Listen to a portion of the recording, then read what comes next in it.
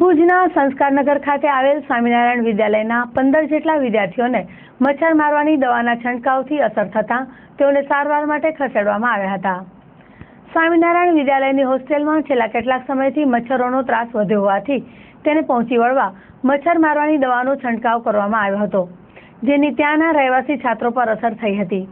સખત મૂંઝારો અને ચક્કર આવવાની બાબતનો ખ્યાલ આવતા તાત્કાલિક 15 જેટલા છાત્રોને ભુજની લેવા પટેલ હોસ્પિટલ ખાતે ખસેડવામાં આવ્યા હતા.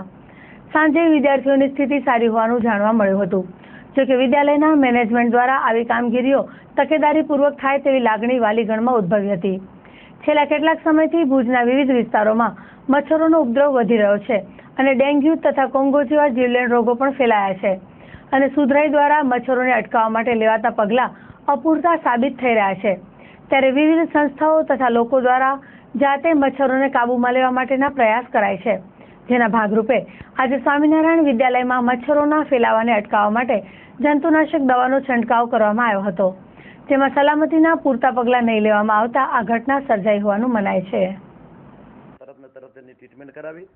અત્યારે કોઈ કાંઈ છોકરાઓને અસર નથી ને બધા સ્વસ્થ છે અને અત્યારે બોર્ડિંગમાં પાછા છોકરાઓ રૂટીન પ્રમાણે કાર્યરત છે. લગભગ 20 થી 25 છોકરાઓને આ દવા છંટાવવાને કારણે સમજી લો કે 1:30 વાગ્યા સુધી કોઈ એવું રૂમમાં સૂતા હતા ત્યાં સુધી કાંઈ નહોતું, પણ હોલમાં વાંચવા ગયા ત્યારે થોડી દવાની એમને હાથ અડવાથી અસર થઈ છે, પણ અત્યારે બીજું કોઈ ગંભીરતા જેવું નથી અને છોકરાઓ એકદમ સ્વસ્થ છે. અને વાલીઓનું અહીંથી એક આહવાન કરું છું, કોઈ ચિંતા કરવાની જરૂર નથી અને કાંઈ છોકરાઓને થયેલું નથી.